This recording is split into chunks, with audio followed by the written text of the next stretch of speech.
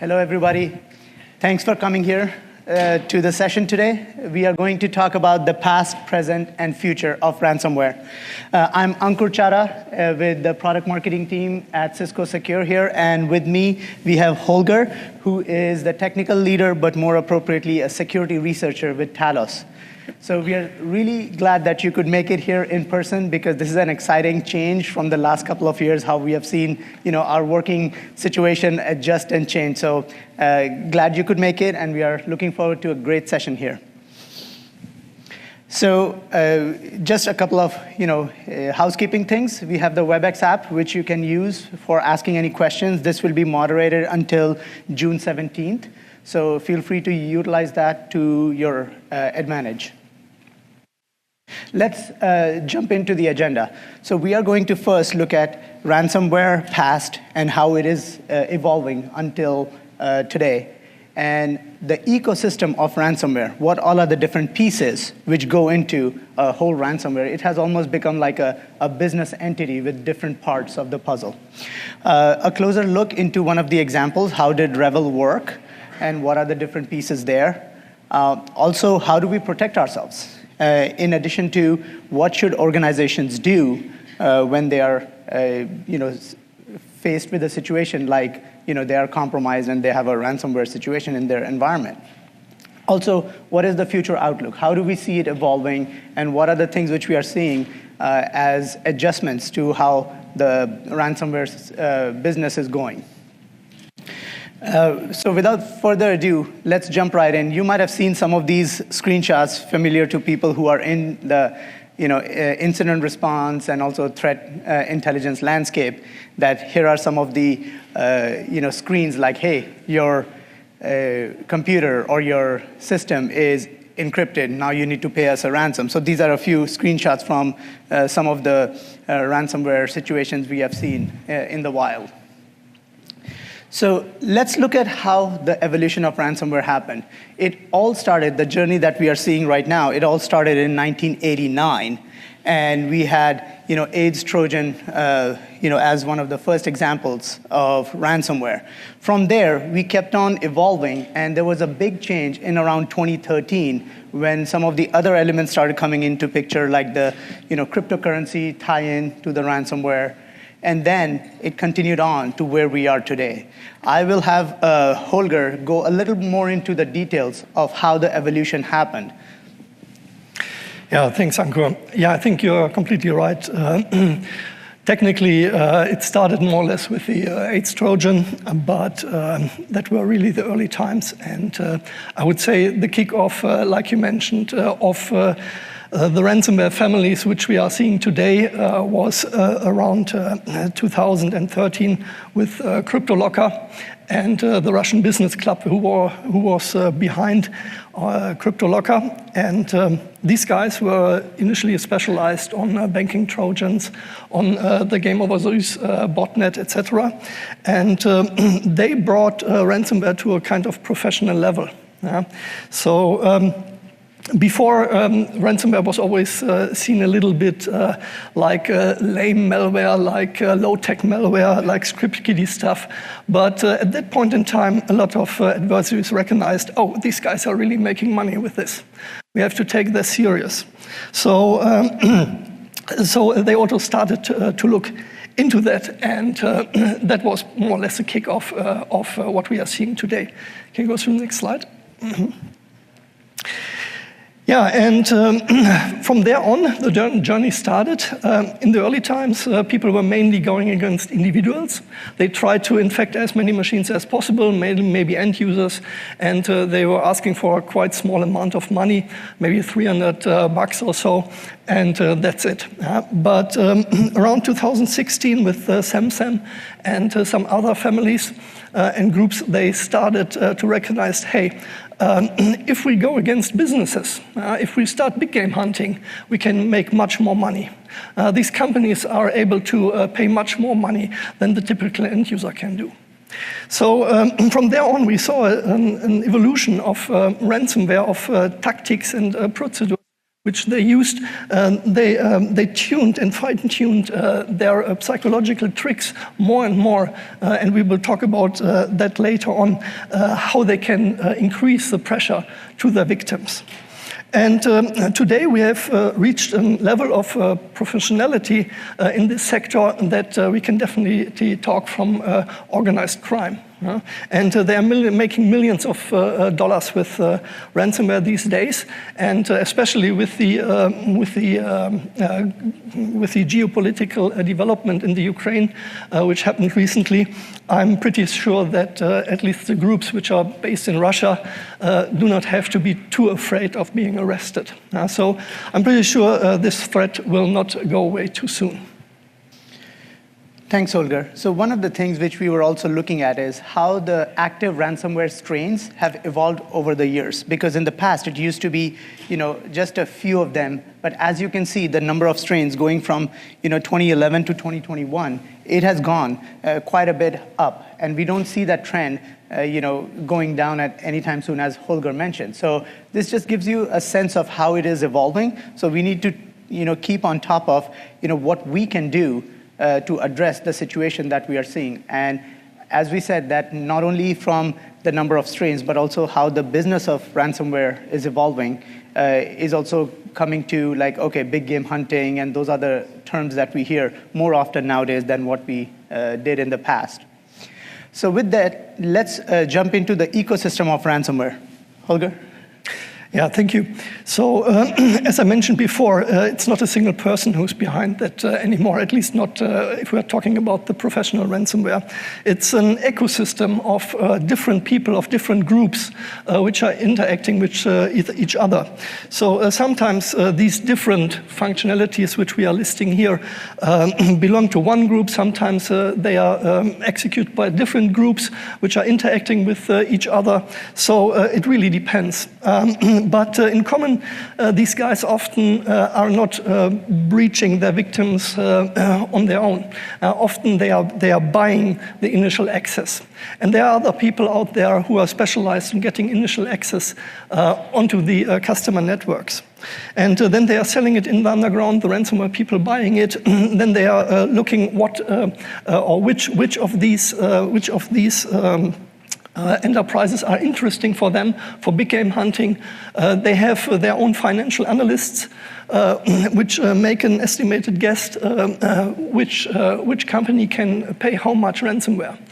So we will see that later on, even when it comes to the negotiation about the ransom, that they are telling the companies, for example, hey, it's nice that you are telling us that you can't pay the ransom, but we have read your annual financial report, and we know you had a revenue of $2 million or whatever US dollars last year, and we know that you can afford the ransom. So they have these financial analysts who are looking at the victims, who are supporting the negotiation process. Of course, they have a bunch of malware developers. Sometimes they are buying certain products or certain modules from other groups. They are combining it with malware from other groups. So there's a lot of interaction between these groups and members. And last but not least, they also have specialists for negotiation who are talking to their customers, the victims. And at the end, when they are getting the ransom, of course, they also have to do the money laundering. And again, they have specialists for money laundering. They are leveraging external groups for money laundering to make sure that this is extremely difficult to track the Bitcoin, for example, or Monero, or whatever kind of cryptocurrency they are using. Yeah. So, Holger, this almost reminds me of a typical business which has lead gen aspect. You have account-based marketing, you have salespeople, you have negotiators, right? So absolutely. It's a business, full stop. So let's take a look at how an example of a Revel worked. So what are the different elements when you look at an example like this? Yeah. Officially, Revel was arrested, or at least part of their affiliates. Who knows when we see them again, but that's a different topic. But taking them just as an example, they often used RDP access or a similar access, remote access tools to get access to their machines, and all the other common malware techniques like phishing, for example, or software vulnerabilities. Usually they not very often used any kind of O-days. They mainly used 1-days, which means well-known security bugs which are already patched by the vendor, but the victims haven't had applied these patches yet. So that's another point which we are going to talk about, patch management. These guys are really fast. So if there's a new security bug popping up in the wild, you can be sure that in a few days, or at least in a few weeks, they have written a script which is scanning for potential victims and leveraging this bug. So you really have to be fast these days if it comes to patching. After they have the initial access, they're of course encrypting the files, but this is by far not the end if we are talking about big game hunting. Yeah, so this is what is done for the last 20 years, right? It's nothing new. But groups like Revel and others, they are increasing the pressure to the victim by doing data leak extortion.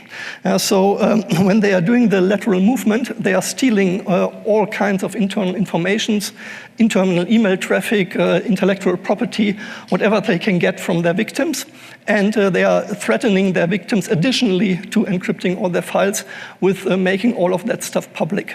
They have their own darknet sites where they are doing that, so everyone in the world can theoretically go to that site and download the content. And everyone sees the internal email traffic from the victim or the intellectual property or whatever. And this is still not the end. They are doing additional psychological things. So, for example, we have seen cases where they were actively calling customers of their victim, customers or journalists, and telling them, hey, we have compromised the vendor XYZ, and we know you have an account there. And your data is threatened to be released if the company is paying us a ransom. So we would suggest that you are asking your vendor to pay us. And even a further step is they are personally threatening people at the customer side, customer equal victim. Yeah. For example, they are telling the CEO that they are going to digital persecute this person, this CEO, for the next 10 years. They will stalk him in the internet. They will try to compromise their or his or her social media accounts. They will post in his name. They will try to download child porn to his PC and make that public, and all these kind of things. Yeah? So they are personally threatening the executives. Yeah, and with all that and if we are all taking that together, it's pretty much the same techniques the mafia is using for 100 years now. If we are talking about protection money in the real world, just ported to the cyber world.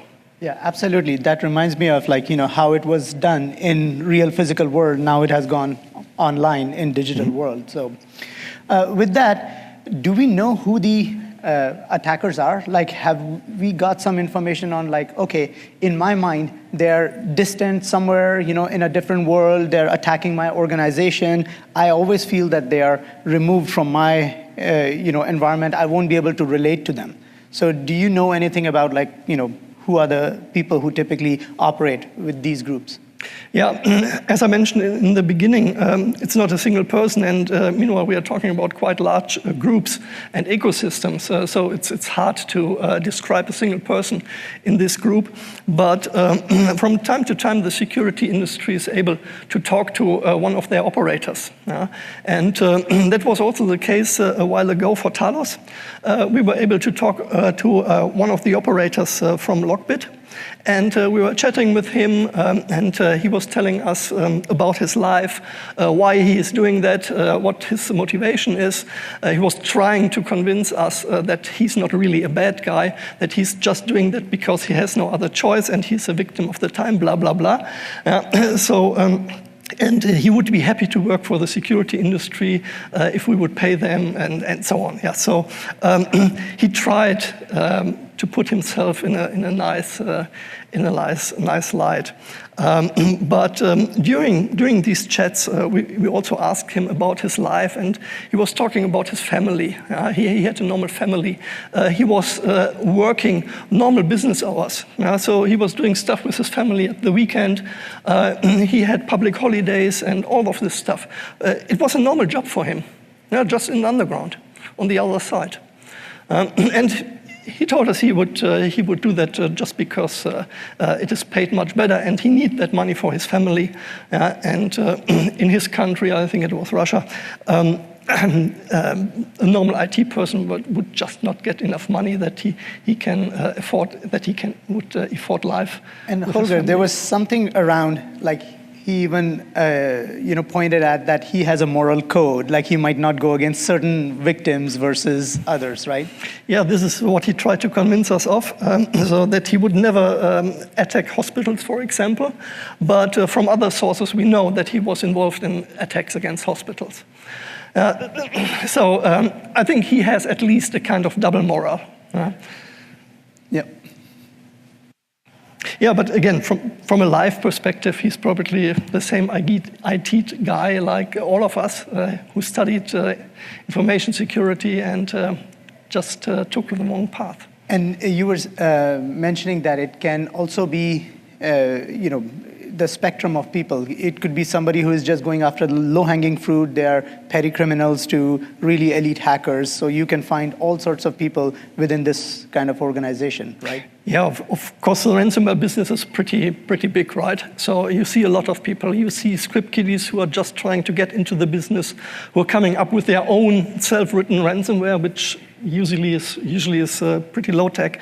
And on the other side, you also have absolute elite criminals who are using the latest malware techniques, and we will talk about that later on, and who are a real serious threat to our enterprise networks. Yeah, so how do we protect against ransomware? First question which always I get asked is, should I pay or should I not? I've heard like two completely opposite line of thinking. What are your thoughts, Holger? Yeah, I think it depends is the right answer. Of course, everyone is saying don't pay these guys because if you are paying, you are supporting them. And the reason why we see this huge ransomware business in the underground is a lot of people paying. If no one would pay, these guys would do something else. So in common, I would recommend if you have a choice, don't pay. Yeah, but that's easy to say. It, of course, depends of if you have backups. What have they stolen in your company? How business critical is all that stuff?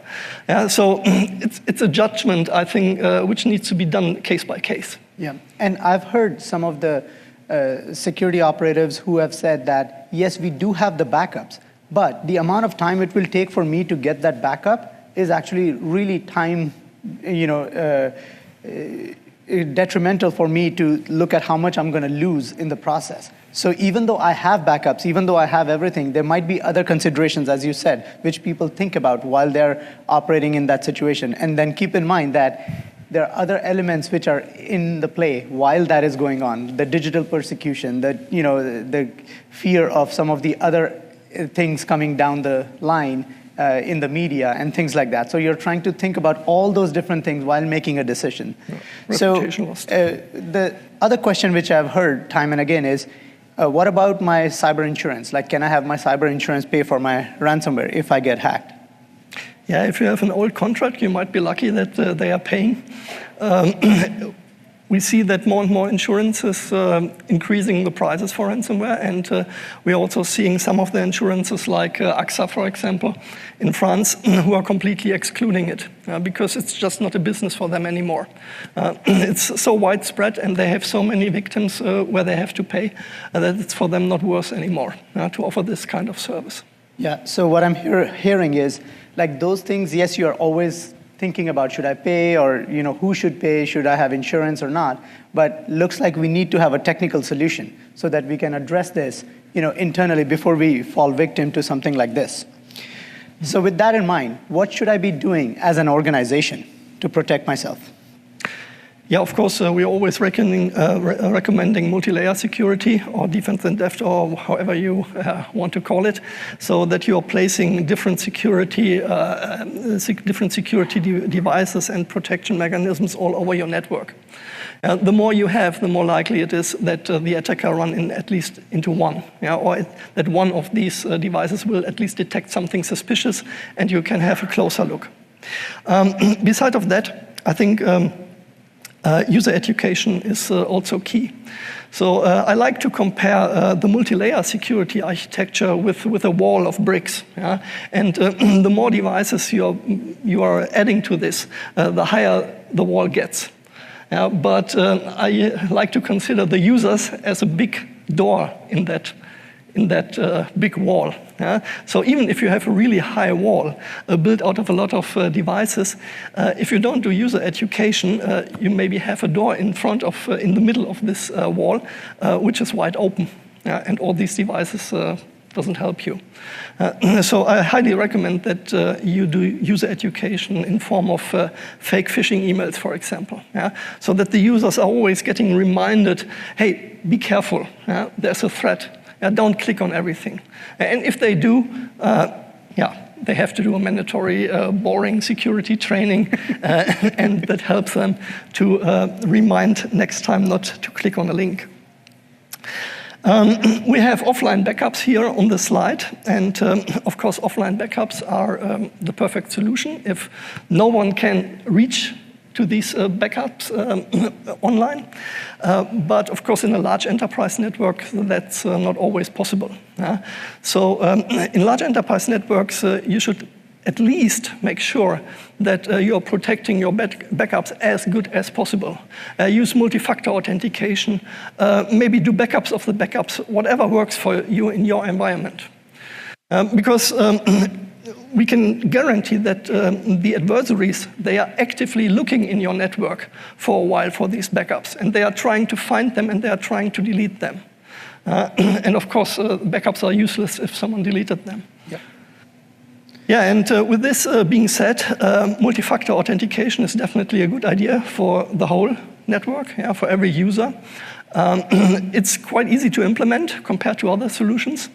And it is definitely making the life of an attacker much, much harder. And it also prevents typical problems which we have, which we can't directly address. So for example, that users in our network are reusing passwords from their personal accounts somewhere in some hobby forum inside of the business network. And we still see a lot of companies getting compromised by brute force attacks where these kind of passwords which leaked somewhere in the darknet, somewhere at some point in time, are used by the users or still used by the users, and the guy who's running the script has it pretty easy to break into the network. Yeah, we've already talked about patching. Patching is definitely key.